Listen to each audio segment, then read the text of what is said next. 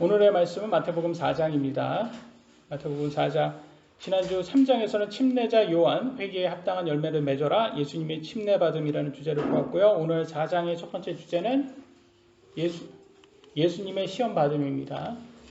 4장 1, 2절 제가 읽겠습니다. 그때 예수님께서 성령의 인도를 받아 마귀에게 시험을 받으러 광야로 들어가사 밤낮으로 40일 동안 금식하시고 그 뒤에 줄이 시니라 라고 나와 있어요.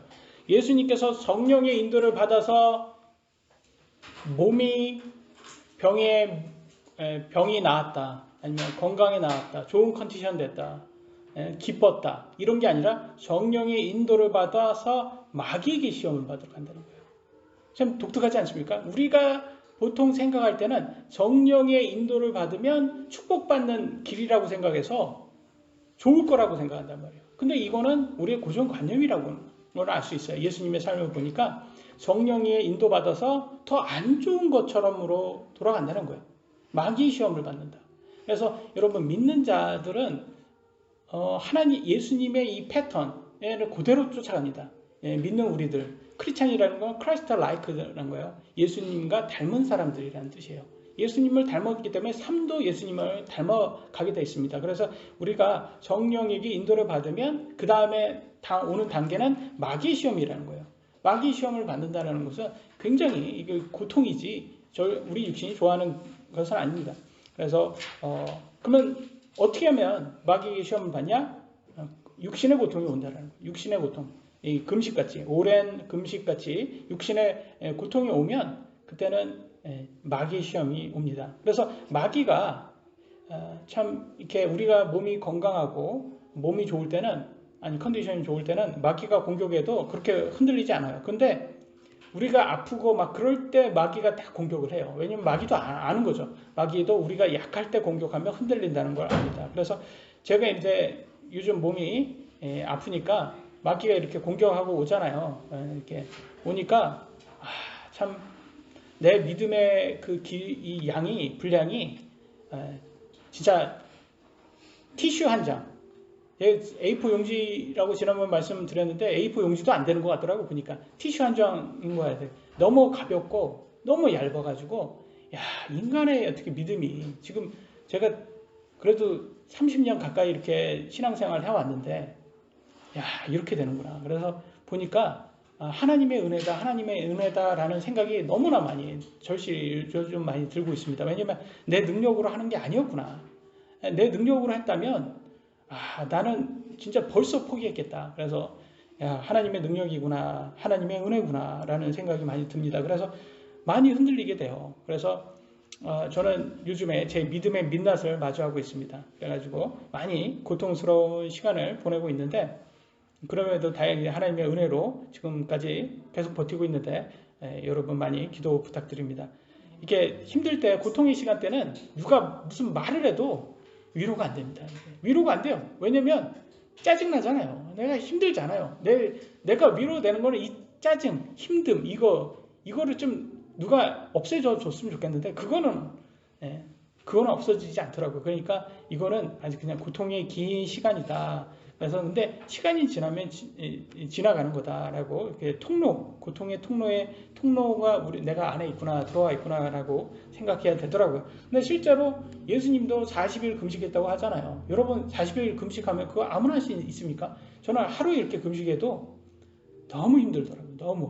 너무 힘들어요. 그래서 물론 지금은 뭐 몸 때문에 하루씩 이제 저녁부터 다음날 점심까지는 금식을 이렇게 하고 있는데 그거는 너무 쉬워요. 그잖아요.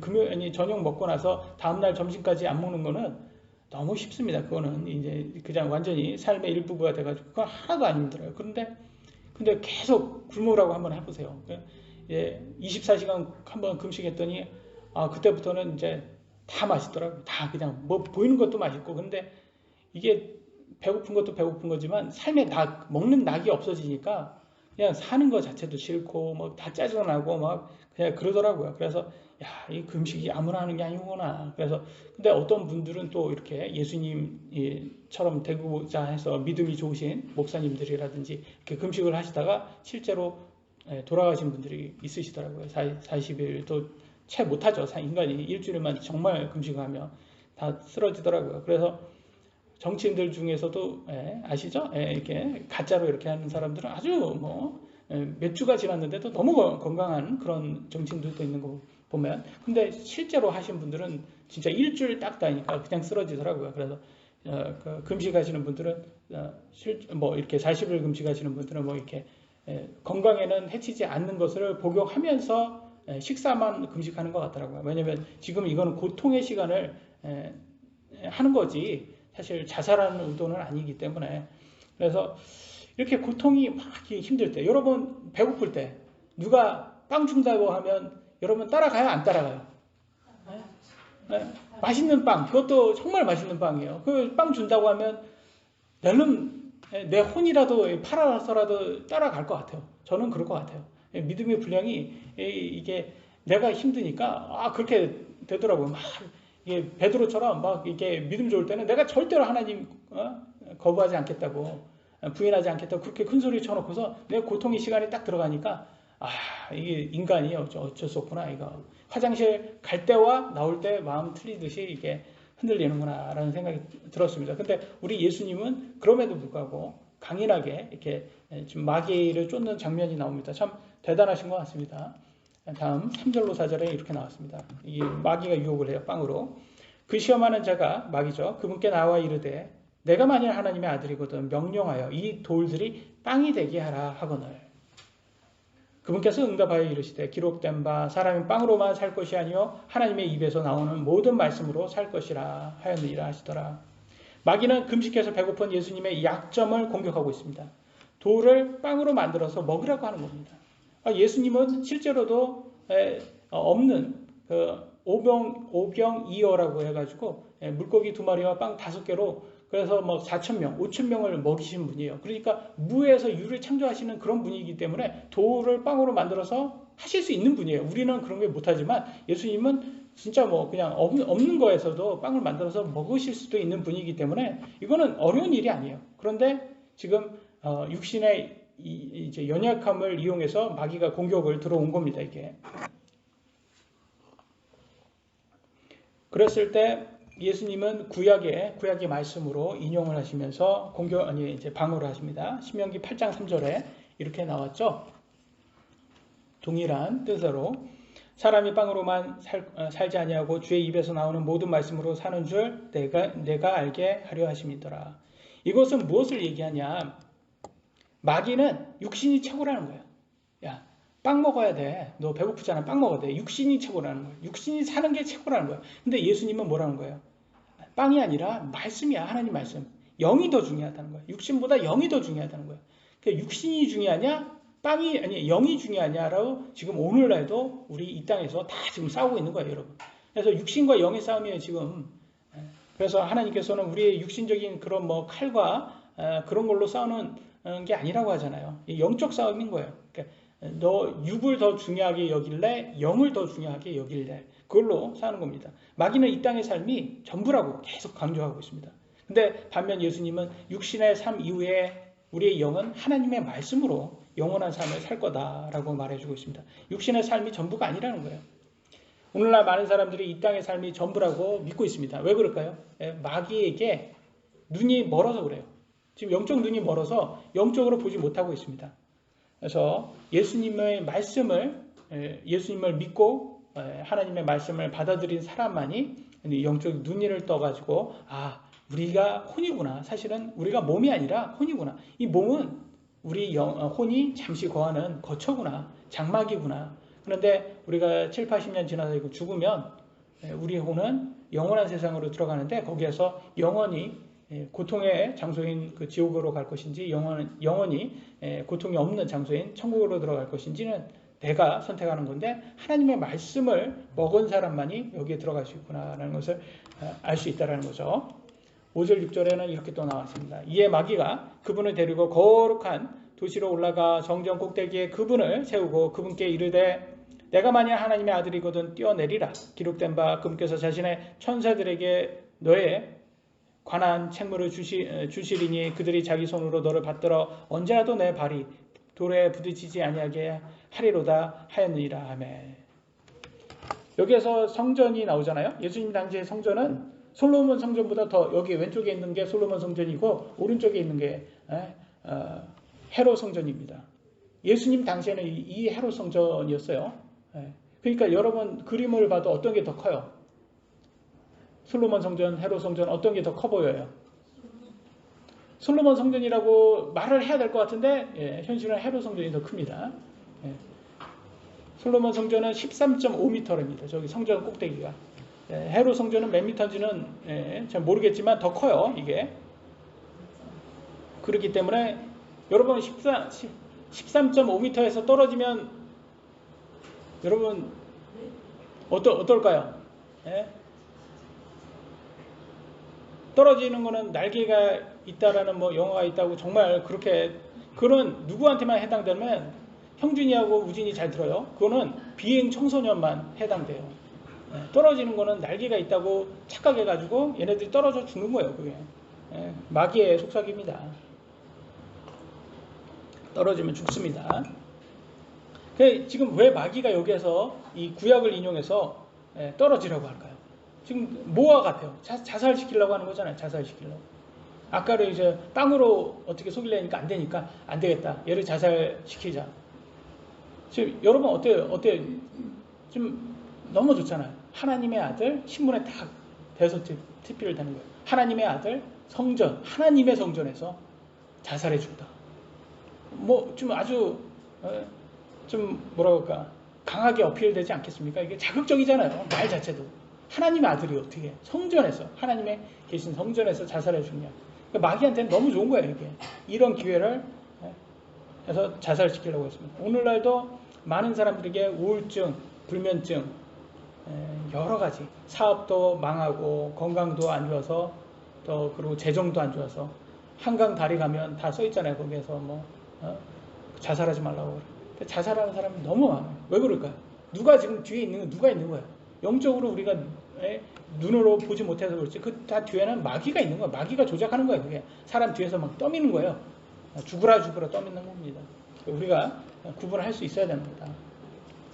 시편에 이거를 얘기하고 있어요. 91장 11절 12절에는 금께서 자신의 천사들에게 너에 대한 책무를 주사 내 모든 길에서 너를 지키게 하시리라. 그들이 자기 손으로 너를 받들어 내 발이 돌에 부딪히지 아니하게 하리로다라고 하는 것을 이걸 말씀을 사탄이 그럴듯하게 인용을 하고 있어요.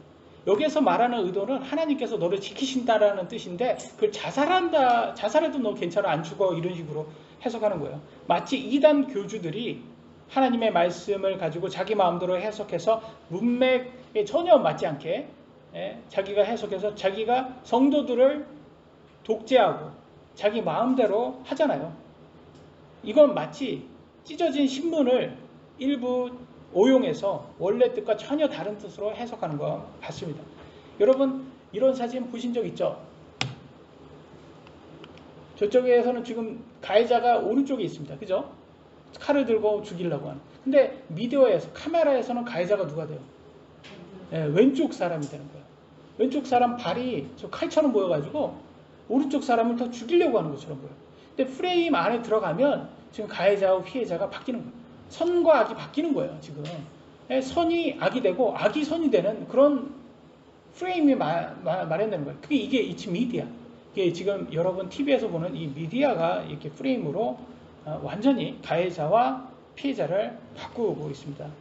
그래서 성범죄자를 영웅시 만드는 그런 게 되고 무슨 그잖아요. 성범죄범이 무슨 의인이 됩니까? 그걸 그래서 의인을 악인으로 반대로 의인을 악인으로 나라를 건국한 의인을 악인으로 만들고 이 사기꾼들이 말솜씨 좋다고 악을 선으로 만들고 선을 악으로 만들 수가 있어요. 여러분 제가 이제 마귀한테 이제 공격을 이렇게 다 당해 보니까 하나님 말씀으로도 얼마든지 만들 수 있겠더라고요. 그러니까 이 선을 악으로 하나님께서 보면 그 약속의 땅에 들어갈 때 그 여호수아한테 그걸 정복할 때 씨도 남기지 말고 다 죽이라고 합니다. 남자나 여자나 다 죽이라고 그래요. 심지어 가축도 다 죽여 하여튼 싹을 멸하라고 합니다. 그래서 다 죽였단 말이에요. 그 중에서 몇 명을 이렇게 남았을 때 그들의 이 뭐 아모리 족속이라든지 이 가나안 족속들이라든지 그들의 입장에서 한번 보세요. 그들의 입장에서 영화가 만들어진다고 보세요. 그러면 이 이스라엘 백성들은 피도 눈물도 없는 민족이 되는 거예요. 왜냐면 자기네들을 완전히 그냥 다 멸절시키려고 했던 그런 민족이 백성들이잖아요. 그러니까 누구의 눈맞춤을 누구에 가냐에 따라서 얼마든지 이제 악인지 선인지를 갈 수 있어요. 왜냐면 하나님께서 이 아모리 족속이라든지 이 가나안 족속들을 다 죽이려고 심판의 시간인 거예요. 그 시간이 사실은. 그러니까 이미 하나님께서는 너네는 이제 끝인 거예요. 심판을 이스라엘 백성을 이용해서 그들을 심판한 거예요. 그래서 여러분 우리가 하나님은 사랑이시다라고 하지만 그 뒤에는 반드시 심판이 있다는 것도 우리가 꼭 이해를 하셔야 됩니다. 그래서 하나님께서 막 이렇게 저는 그런 생각이 들어요. 우리가 많이 그런단 말이야. 하나님이 선이라면서 왜 우리를 만드셔서 이렇게 믿지 않는 사람을 지옥에 보낼까? 막 그런 생각도 많이 들지 않습니까? 하나님이 정말 선이면 왜 사람을 굳이 만들었을까? 이렇게 많은 대다수의 사람들이 결국 예수님 안 믿고 지옥 가는데 라는 그런 생각도 들게 됩니다. 그런데 결과적으로는 볼 때는 여러분 우리 또 소방관이신 형제님도 계시지만 너 가만히 있으면 불에 타서 죽고 빨리 내 손 잡고 이쪽으로 빠져나와. 지금 이렇게 손으로 내밀고 이렇게 살려주려고 하고 있어요. 근데 거기에서 불에 타 죽고 있는데도 왜 꼭 당신을 따라가야지만 살 수 있습니까? 내가 여기 있으면 안 돼요? 그럼 어떻게 돼요? 불에 타 죽는다라고 분명히 얘기하는데도 그런데도 자기는 떠나기 싫다는 거예요. 그러면 어쩔 수 없는 거예요. 불에 타서 죽는 수밖에. 구원자를 보내서 그렇게 구원을 해 주려고 하는데도 자기가 따라가지 않겠다고 하면 그건 고집 부리는 거죠. 그래서 하나님께서 예수님을 보내셔서 우리를 살려주셨는데 그럼에도 불구하고 예수님을 믿지 않는 것은 그러면 어쩔 수 없는 거예요. 그건 심판을. 그러니까 우리는 정말 지혜로워야 됩니다. 이제 우리는 누구를 믿을 것인지 우리가 선택을 하셔야 돼요. 여러분 가해자를 믿을 것인지 피해자를 믿을 것인지 정확하게 이 프레임에서 바깥에 벗어나셔서 하나님을 믿을 것인지 사탄을 믿을 것인지 선택하셔야 돼요. 왜냐면 내가 하나님 너무 싫다. 그래서 하나님 안 믿잖아요. 그럼 누구 믿게 되는 줄 아세요? 사탄 믿게 되는 거예요. 그러면 사탄의 종으로 해서 왜냐면 하나님 외에는 사탄이거든요.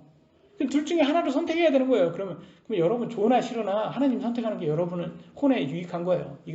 이거는 말할 필요도 없는 거죠.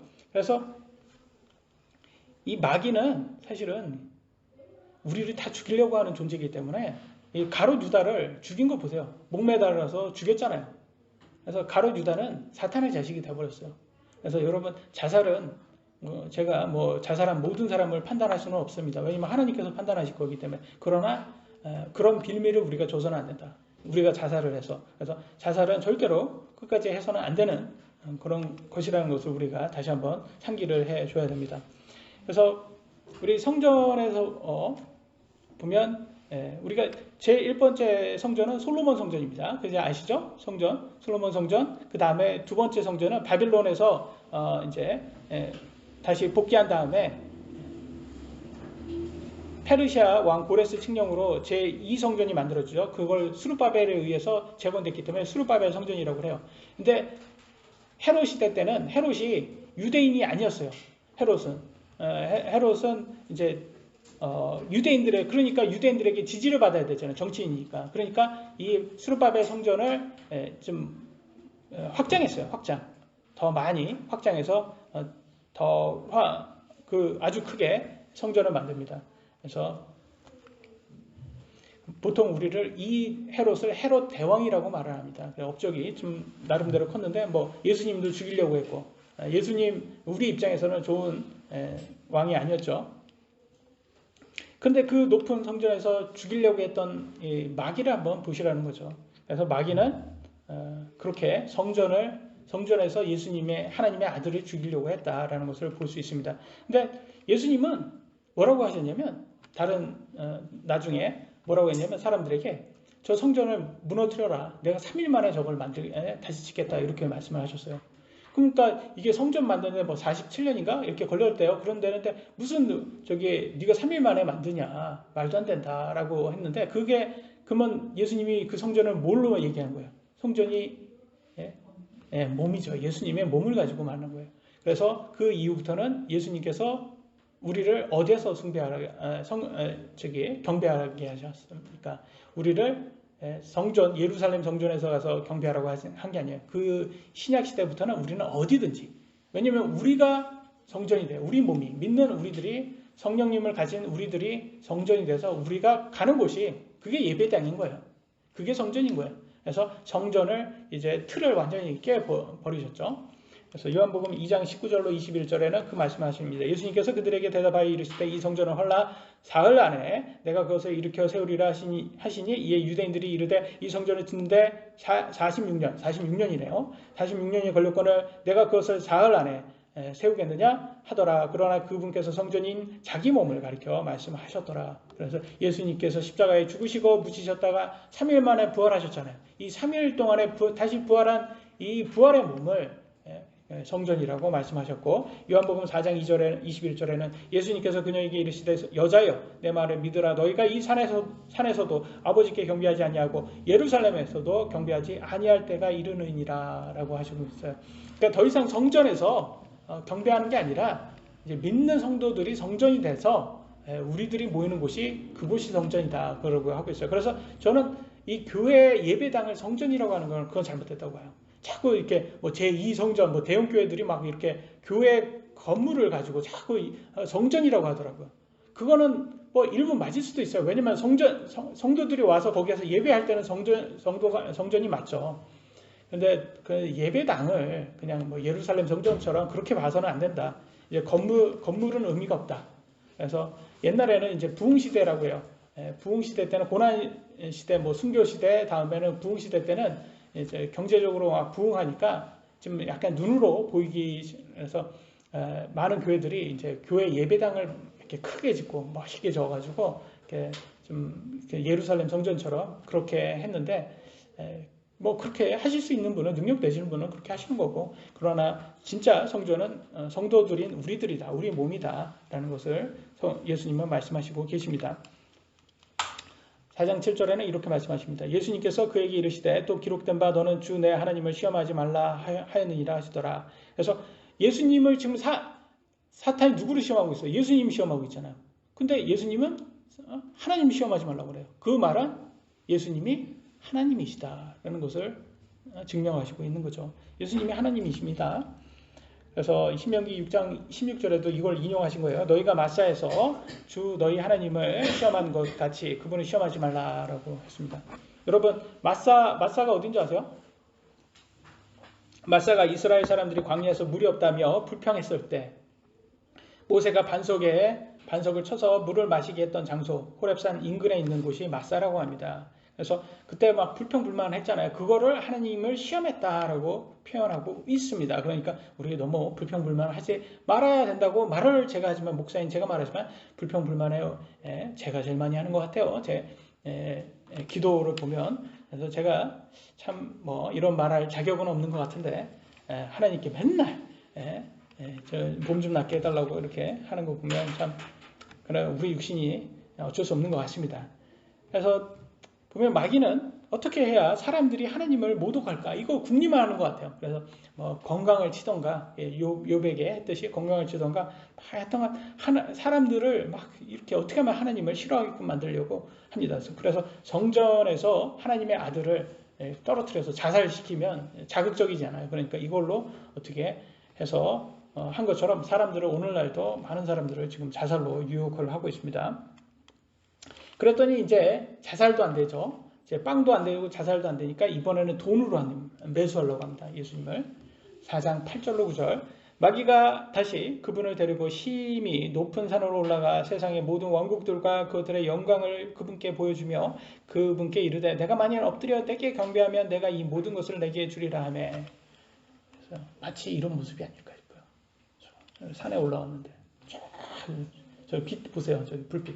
헐리우드 거기 있는 산인데 거기서 저기 다 이렇게 집들이에요. 저기 하나에 뭐 한 집 한 채 뭐 200억, 300억 그렇게 하더라고요. 그런 집들. 그 뭐 수영장 막 있고 막 멋있는 집들 있잖아요. 그런데 그런 거 하나씩 주면서 여러분 저거 마귀한테 엎드리면 저거 다 준다요. 여러분 혼 팔 것 같아요? 안 팔 것 같아요? 판다는데 저는 걸겠습니다. 판다는데. 이거 감사한 거예요, 여러분. 왜냐면 우리는 마귀가 우리한테는 안 와서 그렇게 이걸 안 하잖아요. 딜을 안 하잖아요. 딜을 우리한테 하면 우리는 홀라당 넘어간다니까요. 사탕 줄까? 그러면 우리가 낯선 사람이 사탕 줄까? 그러면 좋아요 하면 따라간다니까 우리 믿음의 분량은 그만큼 안 돼요, 이게. 근데 오늘날 헐리우드 배우들 중에서도 뭐 가수들 중에서도 예전에 예수님 믿었던 사람들도 이런 것 해서 가서 지금 혼을 팔고 그래가지고 정말 영광을 다 누리고 있지만 혼이 팔렸어요. 그러니까 우리가 조심해야 되는 거예요. 이게 사실 이 땅에 살 때는 우리 눈에는 이게 너무 멋있잖아요. 너무 매혹적이고 유혹적이잖아요. 그러니까 넘어가요.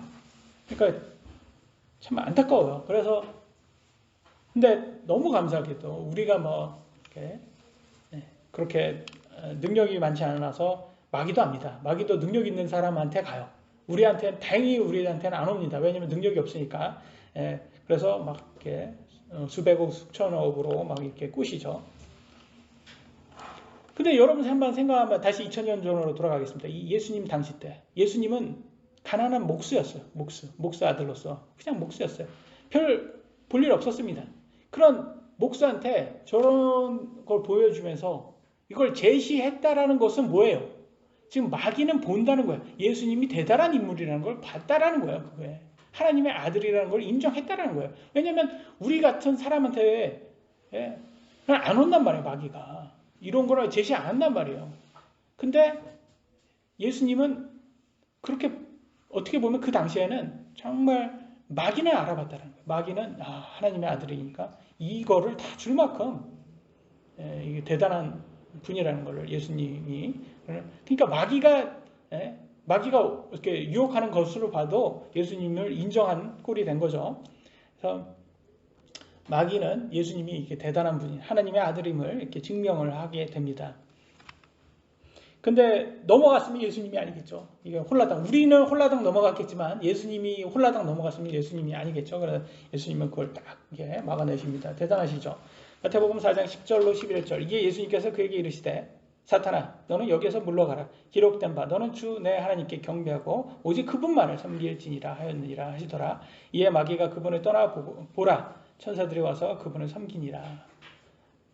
그래서 오직 경배는 누구한테만? 하나님께만 드려야 된다는 거예요. 여러분 사람 경배하는 거 아닙니다. 사람은 경배할 가치도 없어요. 여러분도 사람이고 그 말 잘하는 말씀 없이 좋은 사람도 사람인데 뭐 사람한테 그렇게 당합니까?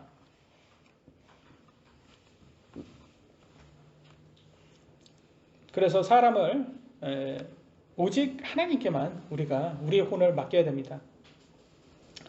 그래서 지금 여기에서 보니까 천사가 와서 이제 마귀는 떠나고 천사가 와서 예수님을 섬기잖아요. 근데 여러분 이거 천사가 예수님만 섬기는 게 아니라 여러분도 섬길 거예요.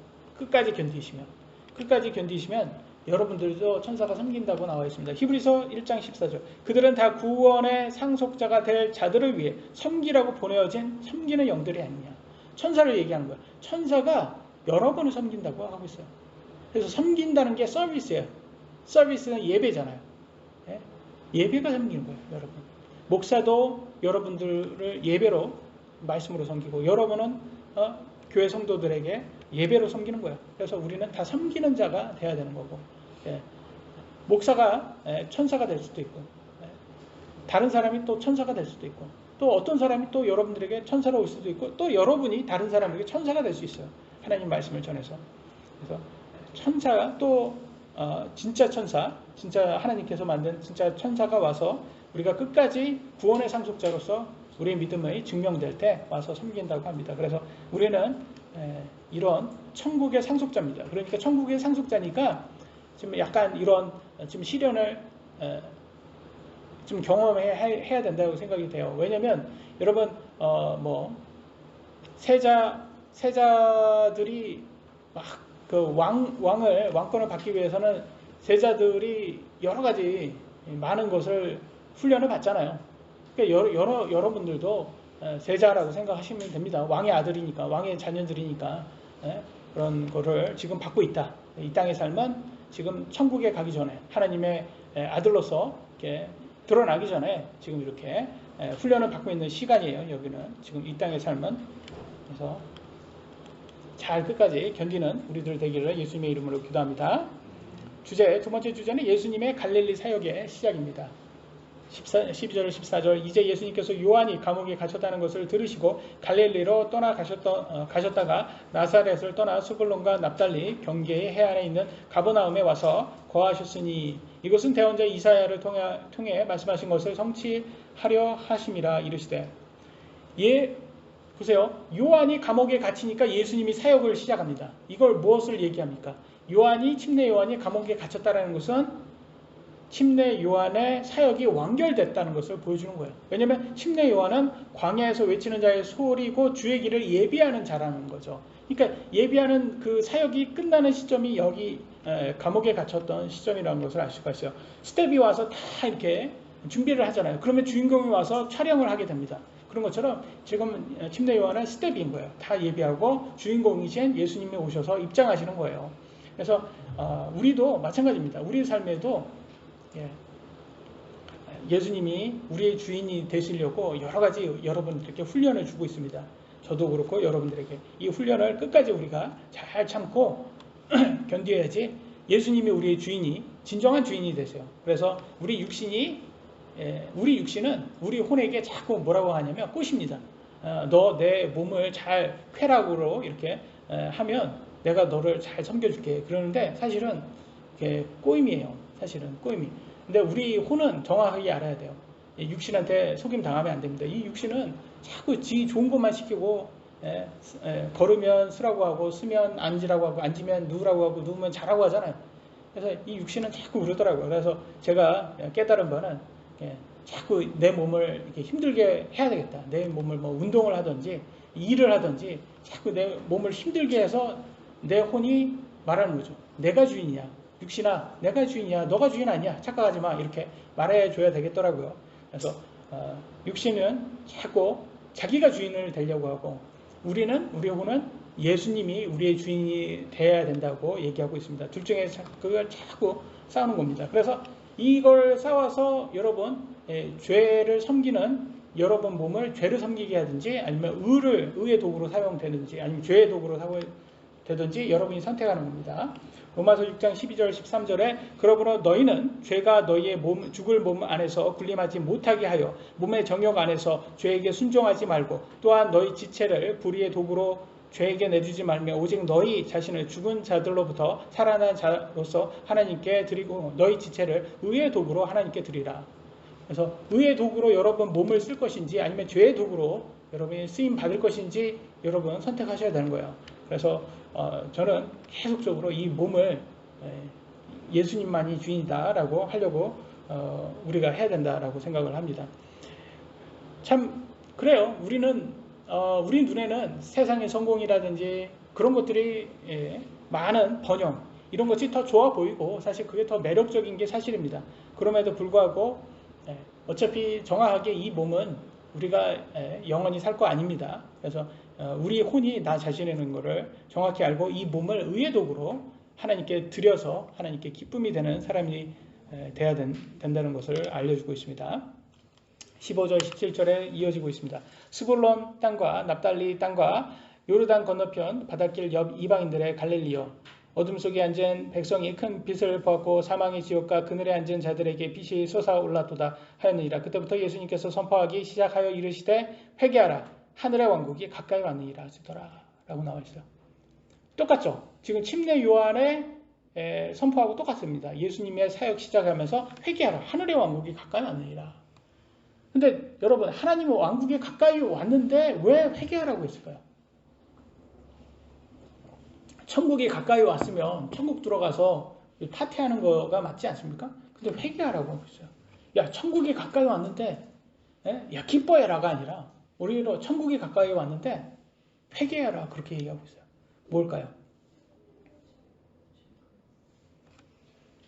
천국이 오기 전에는 뭐가 먼저 있어야 돼요? 심판이 있다는 거예요. 심판이. 여러분 이거를 우리가 착각해서 안 돼요. 예수님 우리를 구원해 주시는 예수님이지만 구원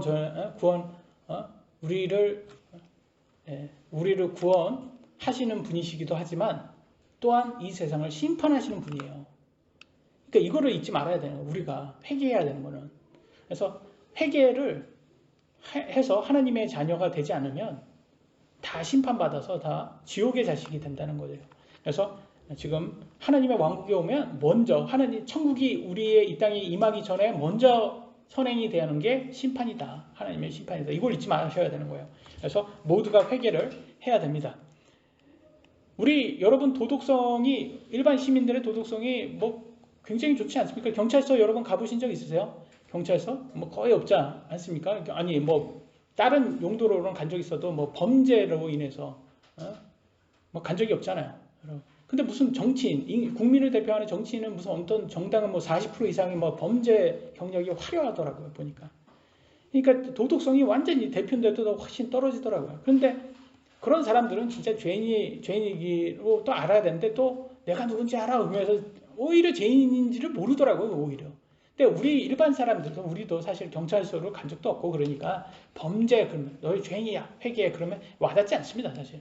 그렇지 않습니까? 우리 인간으로서 내가 무슨 죄를 얼마나 큰 죄를 졌다고 라고 하지만 이거는 우리가 사람의 눈에 봐서 그래요. 우리 인간의 눈에 보기에는 우리가 죄인이 아니죠. 범죄도 없으니까. 그런데 하나님의 눈에는 우리가 죄인이 맞습니다. 왜냐하면 우리가 죄를 져서 죄인이 아니라 죄인으로 태어났기 때문에 죄인인 거예요. 그러니까 우리가 정확히 알아야 되는 거죠. 우리가 죄를 져서 죄인이 아니라 죄인으로 태어났기 때문에 죄를 짓는 것입니다. 세상의 사람들 보면 똑똑한 사람들이 너무 많습니다. 좋은 대학 나오고 똑똑한 사람. 근데도 웃긴 거 보면 사람을 그렇게 잘 우상숭배를 하더라고요. 그래서 사람 말을 그렇게 똑똑한 사람이 안 들을 것 같은데 속지 않을 것 같은데 그렇게 잘 속더라고요. 그래서 우상숭배하고 그 중에 뛰어난 사람이 있으면 특히 오늘날 보니까 카카오톡으로 막 이렇게 투자라고 이렇게 메시지를 보내서 보면 유튜브에 보니까 실제로 그걸 얼굴도 한 번도 본 적이 없는 그 사람들에게 해가지고 막 전 재산을 막 1억씩 막 이렇게 다 날리더라고요. 보니까 투자를 해가지고. 그래서 야 저게 뭐 카카오톡 얼굴도 본 적도 없는 사람을 어떻게 저렇게 잘 속을까? 그럼 야 인간은 역시 어리석구나. 이게 사람에게 저렇게 잘 속구나. 그래서 우리도 마찬가지인 거예요. 우리도 잘 속을 수 있어요. 그래서 보면 거룩한 척하는 사람들 보면 잘 속을 수 있습니다. 그래서 유대교 종교 지도자들이 그때는 거룩한 척을 오늘날 정치인처럼 많이 했잖아요. 근데 예수님은 사람의 눈에는 볼 때는 이게 목수이고 별 이렇게 유명하신 분도 아니고 그러니까 오히려 율법 박사가 더 똑똑하고 믿을만했고 예수님은 더 믿지 못했을 것입니다. 그러니까 둘 중에 우리 사람의 입장에서 믿을 만한 사람인지 아니면 하나님의 입장에서 믿을 만한 사람인지 우리가 골라야지 정확하게 고를 수가 있다는 것을 알 수가 있습니다. 마지막 주제입니다. 예수님의 부름입니다. 4장 마태복음 4장 18절로 19절 예수님께서 갈릴리 바닷가를 거니시다가 두 형제 곧 베드로라 하는 시몬과 그의 형제 안드레가 바다에 금을 던지는 것을 보시니 그들은 어부더라. 그분께서 그들에게 이르시되 나를 따르라 내가 너희를 사람들을 낚는 어부가 되게 하리라 하시니라. 사람들을 낚는다. 야 낚는다. 오늘날 우리나라에서는 이거 맞지 않는 말이에요. 왜냐면 야 낚였어. 낚였어. 무슨 말이야? 속았어. 라는 뜻이 돼버려요. 그러니까 사람을 낚는다 그러니까 야, 사람 속인다는 거야? 뭐 이런 식으로 해석이 돼요. 그러니까 이거처럼 우리나라식으로는 이게 맞지가 않아요. 이게 부정적인 이미지가 있기 때문에 사람들을 낚는다라는 걸.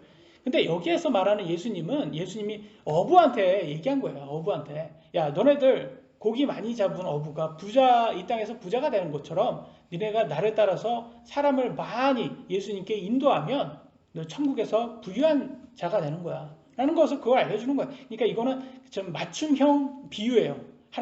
예수님께서 어부에게만 주는 비유였기 때문에 이게 사람은 낚는다라는 표현을 한 거예요. 사실 그잖아요. 예수님의 입장에서는 만약에 오늘날 그러면 2000년 한국에서는 이게 이게 사람 낚는다는 게 부정적인 의미로 쓰인대. 그러니까 그들을 위해서 내가 지금 그들에 맞게 맞춤형으로 써야 되겠다. 너네들 나를 따르면 2차 전지나 AI 대박나게 해줄게. 이런 식으로는 할 수는 없잖아요. 그잖아요. 제 딴에는 재밌게 말하는데 아무도 재미가 없네요. 2차 전지나 AI가 요즘 대박이라고 하더라고요. 그래가지고 그러니까 한마디로는 대박나게 해줄게 이거예요. 왜냐면 육적으로는 대박이 아니지만 영적으로 그잖아요. 천국에 가서 하나님께서 높은 자리에 세워주는 이 제자들이 얼마나 잘 산 겁니까? 그래서 오늘날 보면 저는 이렇게 좌파들이 그 과거의 사건들을 가져와가지고 현재 상황에 맞춰가지고 자꾸 부정적으로 만들려고 하는 사람들이 있어요. 그러니까 과거는 과거의 시대에 맞춰야 되는데, 수준에 맞춰야 되는데, 그래서 자꾸 부정적으로 보는데, 저는 뭐 이런 비유가 속담이 생각나는 거예요. 평양 감사도 저 싫으면 그만이다. 그래서 예수님 믿지 않을 사람은 예수님 믿지 않아야죠. 근데 자기 손에 있지 않습니까? 예수님 따르는 게 이득이죠. 물론 사람의 눈에는 그게 쫙 보이지 않습니다. 그럼에도 불구하고 하나님을 믿는 우리들에게는 예수님을 따르는 사람이, 하나님의 부름을 받은 사람이 가장 지혜로운 사람이라는 것을 알 수가 있습니다. 그래서 그런지 이들은 영적인 사람이었어요. 그래도 영적인 관심이 많았던 사람이라 보세요. 즉시 예수님을 따르는 모습이 나옵니다. 마태복음 4장 20절, 그들이 즉시 자기들의 그물들을 버리고 그분을 따르니라. 가족과 직업을 다 버리고 예수님을 따르는 장면이 나와요. 지금 특히 여기에 안드레는 침례 요한의 제자였어요. 이미 침례 요한의 제자였기 때문에 영적으로 관심이 상당히 많았어요. 그러니까 영적이 하늘의 왕국에 대해서 굉장히 관심이 많았던 사람이었기 때문에 지금 베드로와 그런 것도 얘기했고, 야, 메시아가 오신대, 그분이 그리스도신데 그분이 바로 저 예수님이야.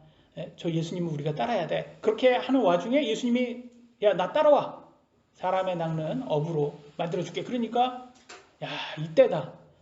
기회는 올 때 잡아야 된다. 그래서 딱 잡은 거죠. 그래서 이게 지혜로운 사람인 거예요. 그래서 조금도 주저하지 않고 안정된 직업보다도 예수님을 따르는 장면이 나옵니다. 그래서 마태복음 19장 29절에 이렇게 나왔어요. 또 내 이름으로 인해 집이나 형제나 자매나 아버지나 어머니나 아내나 자녀나 토지를 버린 모든 자는 100배를 받고 또 영존한 생명을 상속받으리라 라고 나와 있어요. 그러니까 이 땅의 귀한 것들보다 예수님을 따르는 것을 더 따르는 사람은 더 천국에서 더 큰 상속을 받는다고 합니다. 그러니까 제가 그래요. 천국은 다르냐, 레벨이 다르냐, 클래스가 다르냐, 전 다르다고 생각을 합니다. 왜냐면 더 많이 받은 사람이 더 높아야 되는 게 맞지 않습니까? 영적으로 이렇게 고생하신 제자들이 더 많은 위치에 높이에 올려져야지 맞다고 저는 생각을 합니다. 천국에 가서. 천국에 가면 공산주의처럼 다 또 동일하다? 저는 그렇지는 않을 것 같아요. 왜냐면 그 다 동일하면 제자들이 왜 이렇게 고생을 사서 하셔야 됐겠습니까? 100배로 주신다고 하지 않습니까? 그러니까 천국에서 이분들은 다 100배 이상으로 받는 것을 우리가 알 수 있습니다. 그래서 물질이나 가족보다 예수님을 더 사랑한 사람은, 그렇게 순종한 사람은 천국에서 100배의 보상을 받을 것을 약속받았습니다. 4장 21절 22절, 그분께서 거기에서 더 가시다가 다른 두 형제 곧 세베대의 아들 야고보와 그 형제 요한이 자기들의 아버지 세베다와 함께 배 안에서 자기들의 그물들을 고치고 있는 것을 보시고 그들을 부르시니 그들이 즉시 배와 자기들의 아버지를 남겨두고 그분을 따르니라. 그래서 여기에서 또 야고보와 요한 형제, 그러니까 다 두 형제네요, 그죠? 네 명이, 뭐 물론 다른 가족이지만, 그래서 형제 둘을 이제 예수님께서 이제 제자로 이렇게 삼는 모습이 나와 있어요.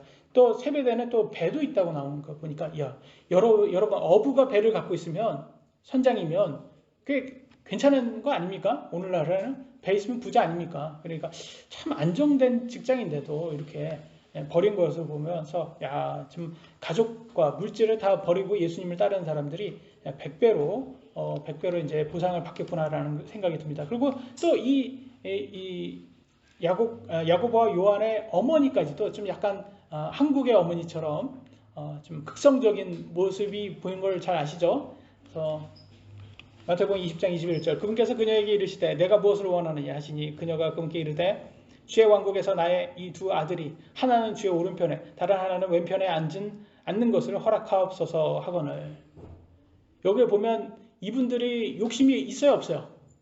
있어요. 여러분, 영적인 사람들이 욕심이 없다고 하지 마세요. 우리는 천국에서 아주 큰 자리 좀 차지하고 싶어요. 우리 예수님이 왕으로서 이제 오시면 우리도 한 자리 좀 달라고 싶은 마음이 있어요. 이게 영적인 그 욕심이라는 거죠. 그래서 오늘날 좌파들이 자꾸 이렇게 자기네들이 하나의 그들의 왕국을 만들려고 하잖아요. 거기에서 거기에서 다 뭐 공산당이라든지 이렇게 당원으로서 한 자리 찾으려고 하는 거예요. 그들이 그렇게 극성적으로 하는 것은. 그래서 그런 것들을 봤을 때, 아, 욕심 없는 사람은 없구나. 다 영적으로 욕심이 있구나. 육적으로 욕심이 있구나. 다 욕심은 있다. 그래서 이 어머니까지도 이렇게, 이렇게 관심이 많았구나라는 것을 알 수 있습니다. 뭐 이걸 우리의 다른 제자들은 싫어했지만, 그럼에도 불구하고 욕심이 있다라는 것은 영적인 욕심, 하늘의 왕국에 소망이 가는 것은 뭐 나쁘다고 볼 수는 없다고 생각을 합니다. 그래서 저는 그런 생각이 들어요. 이 천국에 소망을 갖고 거기에서 이제 많이 이제 보물을 쌓고 거기에서 많이 보상을 받을 것이라고 생각을 하는데, 그 불교에서는 하늘에서는 천국에서는 왕국에 관심을 갖는데, 불교에서는 선한 일을 많이 하면 윤회라고 하더라고요. 윤회. 환생한다는 거죠. 다시 사람으로 환생을 한다고 그러더라고요.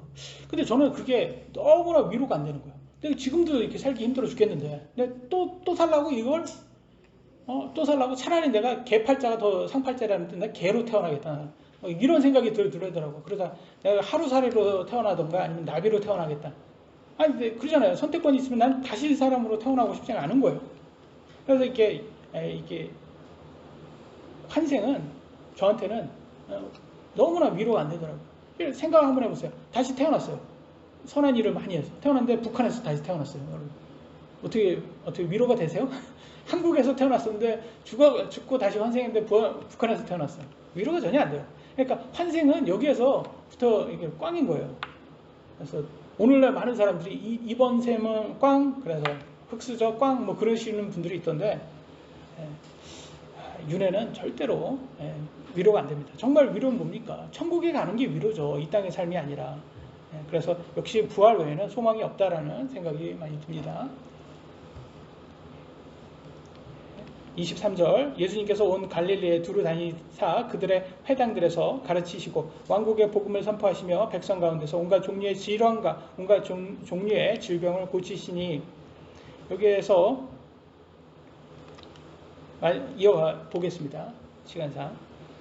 24절, 25절, 그분의 명성이 온 시리아에 두루 퍼지니 그들이 모든 병든 사람 곧 갖가지 질병과 고통에 사로잡혀 있는 앓은 자, 마귀 들린 자, 미친 증세가 있는 자, 마비병 환자들을 그분께 데려오니 그분께서 그들을 고치심에 갈릴리와 데가볼리와 예루살렘과 유대와 요르단 건너편에서 온 사람들의 큰 무리들이 그분을 따르더라 라고 말하고 있습니다. 여러분, 마귀 들린 사람, 미친 사람들이 예수님 당시에 많았다라고 생각하는데, 그때가 많았을까요? 2000년 전에 많았을까요? 지금이 많았을까요?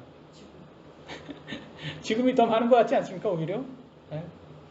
저는 여기 보면 별의별 사람 다 있어요. 14명을 막 분당에 묻지마 해가지고 막 이렇게 해서 해가지고 몇 명을 사형 구형을 받았다고 나왔네요. 또 중증 정신 질환한 사람이 그래서 막 이렇게 정치인을 이렇게 해가지고 막 해하려고 했다. 이게 다 미친 사람이지 않습니까? 이게 미친 사람? 여러분, 우리가 눈으로 보이지 않아서 그렇지 저렇게 사람, 여기는 정치인이에요. 이 사람이 이 사람이 저 뒤에 있는 사람, 저 뒤에 있는 저 젊은 청년이 그랬죠. 그래서 이런 사람들 뒤에는 우리 눈에는 보이지 않지만 뒤에 마귀가 있다는 것을 우리가 있다는 것을 잊지 말아야 됩니다. 그래서 마귀는 저렇게 사람을 이용해서 미친 짓을 해서 다른 사람을 해하려고 하는 것을 많이 보여주고 있습니다. 여러분, 그러니까 우리가 정말 우리 눈에 보이지 않는다고 없는 게 아니에요. 많은 사람들이 눈에 보이지 않는다고 사탄이 없다고 착각을 합니다. 근데 저기 사탄이 있다, 마귀가 있다, 미친 증세가 참 나오고 있는 게 저게 그냥 그 사람이 하는 게 아니라는 거예요. 뒤에는 마귀가 조종한다는 것을 알아야 됩니다.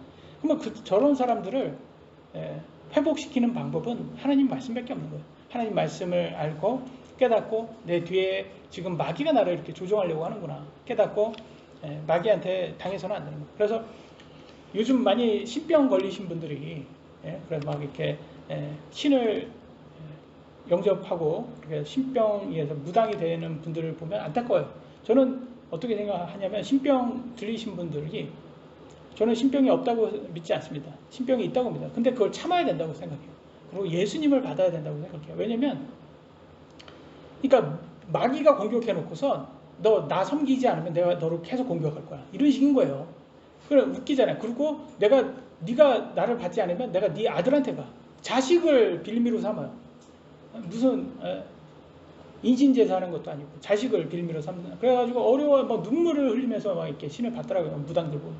무당은 자기가 하기 싫어 죽겠는데 하는 게 무당이에요. 그러니까 얼마나 안타까우신 분들이에요. 그러니까 신병이 있으면 끝까지 참고 예수님을 찾아서 예수님 안에서 부활의 소망을 가지셔야 되는 거죠. 물론 예수님 믿고 병이 나으면 좋은 건데 여기 나오신 분처럼 예수님을 받아서 병이 나으신 분들은 너무 감사하죠. 근데 병이 안 나을 수도 있어요. 그럼에도 불구하고 끝까지 그런 마귀를 받아들이지 말고 예수님을 받아들여야 된다라는 것을 보여주고 있습니다. 그래서 부활의 소망 끝에는 우리는 더 이상 마귀한테 유혹을 받지 않는 그런 천국으로 들어가게 됩니다. 근데 이 땅에서는 받습니다. 그거는 그리고 뭐 저도 받는 입장이 마귀한테 유혹을 받는 입장이고 공격을 받는 입장이기 때문에 방법은 견디는 것밖에 없는 것 같아요. 그래서 예수님께 계속 기도하시고 끝까지 견디셔서 영원한 생명으로 보상받는 여러분들 되시길 예수님의 이름으로 기도합니다. 여기까지 하겠습니다. 기도하시겠습니다.